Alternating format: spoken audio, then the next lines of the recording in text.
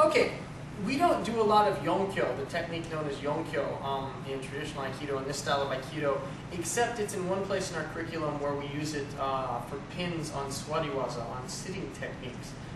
But it's best actually understood as standing, and it's actually a very, very powerful technique. For whatever reason, Oba and Tomiki senseis didn't particularly favor it though, so it isn't emphasized in this style of Aikido, but it is a very powerful technique, and it is something I think every, well actually every martial artist should learn, because it's actually quite effective, not just every Aikido player. So, Jun will be helping me out here.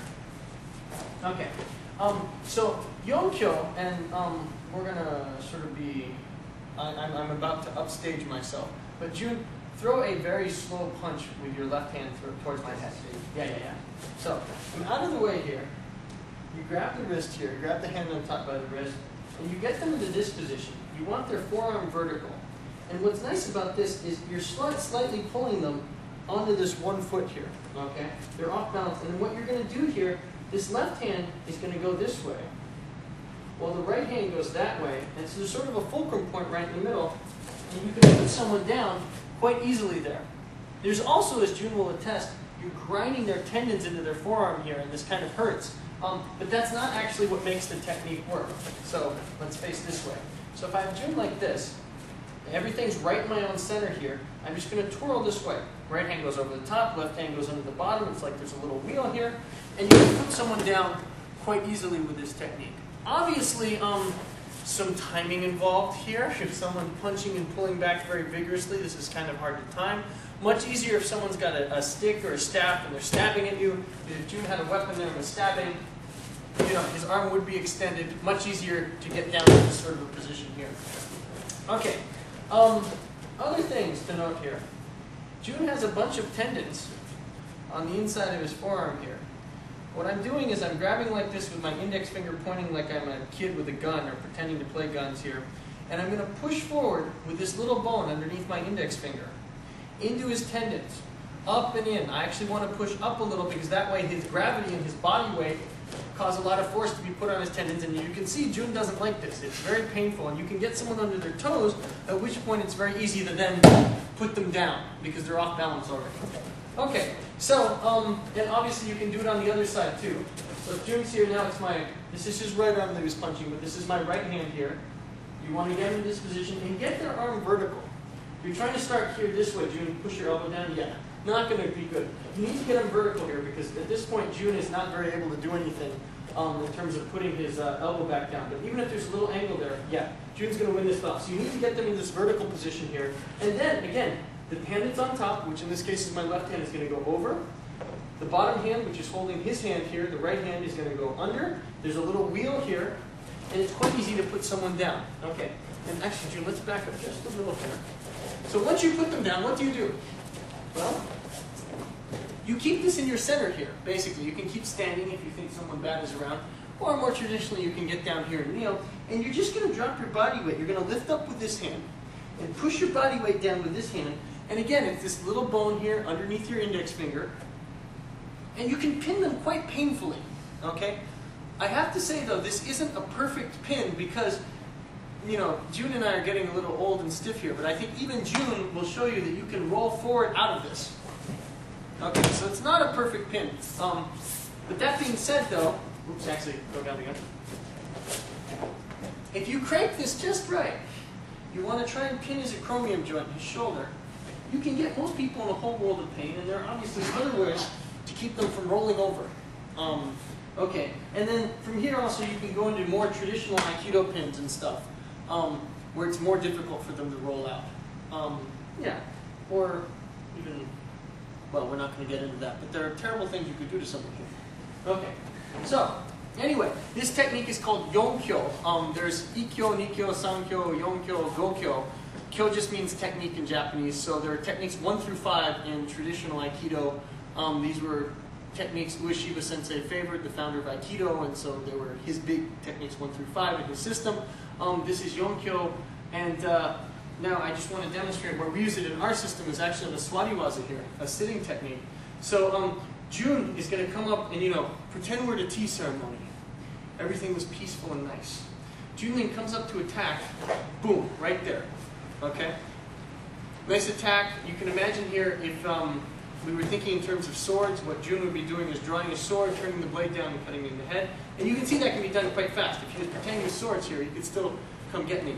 The only way I'm going to be safe here is by moving forward into him. And actually that was really slow on my part. Go a little slower. So I'm going like this. And I want to get, so I push him so that his other hand, in this case his left hand, is on the ground. Why? Because the Japanese use two swords. So if he's holding one here and his left hand were free, he could grab his short sword and gut me. So this immobilizes that hand temporarily. I can push down here, get him in this position, and now it's time to do a version of Yonkyo here. So this is my right hand grabbing his right hand, just like when we were standing. The left hand here comes to the inside. It's the exact same position as when you're standing, and I'm just going to apply the kime here, apply the tendon lock, and grind into his tendons. And to make this worse, this hand is lifting up, this hand is pushing down, and also this forearm is sort of going to the ground at a 45-degree angle. You should be driving that elbow down and in to make it less comfortable for the person involved. And Jun will just tap out. Okay, so again, going slowly because I'm so rusty. So Jun attacks. I enter. I'm moving front right diagonal here. Notice both my feet move. Watch my knees. Jun, just stay there. I'm doing this. I'm zipping along. I'm up on my toes at this point.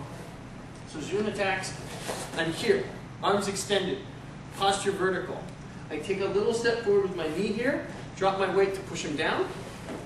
And then I adjust my hands. The right hand goes underneath here. I just rotate it just a little. This left hand turns, slides down, and then everything's in my center here. You want everything in your center as much as possible. Your back straight, and then you crank in here to apply the tendon lock, the kime, as the Japanese say. Okay, excellent. So that's the first place where we have Yonkyo in our system. And then the second is another Suwariwaza here. So this Suwariwaza we just did assumes that I saw him attacking early and then could almost anticipate what he was going to do, and before I could really get the sword out, go really slow. Before I get the sword out, I'm entering already, before he can bring the sword down. The second technique here, they're paired. We have an irimi and a tenkan version of everything, an omote and an ura, forward and backwards, an entering and a spinning reverse technique. Everything's paired up here. The second one assumes that I was a little late, that he gets the sword up and he's already on his way down, and all I can do, I can't enter with both knees and move forward to the right to get him off balance. All I can do is block. So I blocked. Notice, he's perfectly erect. At this point, neither one of us is winning. And if he's pushing down with that sword blade, or the sword blade's up here, but he's pushing down with his forearm, we're stuck. No one has an advantage. Notice, though, that my right knee is forward. As I came up, so he's attacking, and his right knee goes a little bit forward there for balance when he strikes down with the sword. I'm going to come up here, and I'm blocking. So we're both in a right knee forward posture. I can now get a kazushi, that is break his balance, if I bring my back knee, my left knee forward here. Boom. He's now off balance. I'm in an advantageous position. Okay? Now, we're going to make an exaggerated version of that for this technique. So we're here. I'm going to go 90 degrees to the side as I'm entering there. I came forward with the left knee, turn 90 degrees to the side. My right hand is now underneath, like on all these Yonkyos. The right hand is underneath, grabbing like this. This hand's going to turn here, slide down to get in the correct position. I keep my hands in my center. I'm going to pivot on my left knee backwards. I'm going to pivot backwards on my left knee, keep everything in my center, and you can whip them around quite nicely. And then this pin is exactly like the other pin. So we're like that. Good. Let's turn around. We'll do it this way. So again, I'm a little slow here. Jun comes up to attack. We're neutral here. We're both on balance, forward. He might be pushing in very hard. I'm going to come forward with my left knee, push forward here to break his balance. I'm also going to turn 90 degrees to my own left and end up here. Right hand's underneath, left hand comes there, so you're in this Yonkyo position, and then I pivot on my left knee and bring him all the way around nicely. And then everything's in my center here. His forearm's in my center, and I can crank with my body weight, trying to keep my back as straight as possible. I'm very inflexible. This is hard for me, but if I can do at least this well, most people will do beautifully. So like that. Good. Excellent. Thank you, Jun. Okay, so that's Yonkyo. We're going to practice that now, and I will turn the camera off.